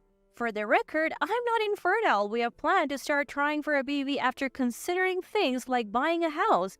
Even my husband, who should have been on my side, joined in the ridicule. Hey, Priscilla, jealousy isn't a good look. I am not jealous. So you're just upset your little sister beat you to it, huh? What? The family's ethics are beyond my comprehension. A few weeks later, my sister-in-law gives birth to the married man's child and my husband comes home holding the newborn. With a wide smile, he tells me, "We're going to take care of this baby from now on." You're kidding, right? Despite everything I said, you actually brought the baby home? Come on, aren't you happy, Priscilla? You can't have kids after all. Stop it. I told you I am not infertile. We agreed to wait until we have saved enough money. But didn't I also tell you that jealousy isn't a good look? Stop envying Garnet. Can't be helped, right? Unlike you, Garnet is cute and attractive. In that moment, my anger reached its peak. I can't be in a marriage with this man anymore. I tell my husband calmly, if you want to take care of that child so badly, then do it on your own. On my own? He quickly raises an eyebrow. Who do you think you are? I took in the child for you too. For me? Stop joking. I refused countless times. Despite that, you brought the child home anyway. How is that for me? Enough. If you are going to refuse this child so much, we're getting a divorce. Perfect, because that's what I want too. I can't be married to someone like you anymore. I pulled out the divorce papers I had prepared in advance and he signs them looking like a demon. There, I signed it. Are you happy now? Thank you. I'll file these then. As I gather my belongings to leave, he throws the divorce papers at me. You're so stubborn and not cute at all. Have fun living a lonely life. Living a lonely life? I wonder who's really going to end up like that. Barely suppressing a grin, I leave the house I had lived in for so many years. After our divorce, my ex-husband apparently moved out of our condominium to live with his parents. His parents were overjoyed to be able to live off their son's income and quickly quit their jobs. He must have been very happy to be relied upon by his parents, as he was determined to work hard for his parents and daughter. One day, I unexpectedly run into my friend Shirley while walking in the city. She works at the same company as my ex-husband, so she already knows about our divorce. I was quite shocked by the truth she told me. Wait, he's saying I cheated? Yeah, he's been saying at work that he found out you were cheating while you were pregnant, that the baby might not even be his. Everyone's been feeling really sorry for him. Why did you tell me, Priscilla? Hold on a second. I didn't cheat and I didn't even have a baby. Wait, what do you mean? I explained everything to Shirley. Upon hearing this, Shirley became furious, turned bright red, and promised to tell everyone the truth at work. My ex-husband, cornered by Shirley, frantically tried to make excuses. Randolph? How dare you spread lies about Priscilla cheating? What? I never lied. Your daughter? She's not Priscilla's daughter, is she? She's your sister's child. Your sister is the one who cheated, and you decided to take the child all by yourself. Priscilla was so disgusted she left you. That's the truth, isn't it? No. Priscilla was the one who cheated. My sister had nothing to do with it. Oh, really? Well, shall we call Priscilla now? It will be easy to confirm if she gave birth. Oh, well. Shirley quickly exposed my ex-husband's lies. He faced heavy criticism from everyone at the company. Ultimately, he was summoned by his boss, leading him to lose his place in the company and resign. With no income, his parents quickly turned cold, and it seemed like he was on the verge of being kicked out of their home. In a sudden change of heart, he reached out to me. Priscilla, I was wrong. Please help me. When I answered the phone, my feelings were icy cold. Help you? What are you talking about now? I'll leave Gardner's child at home, so please, let's try again. I was utterly fed up with him. Still spouting convenient things in this situation?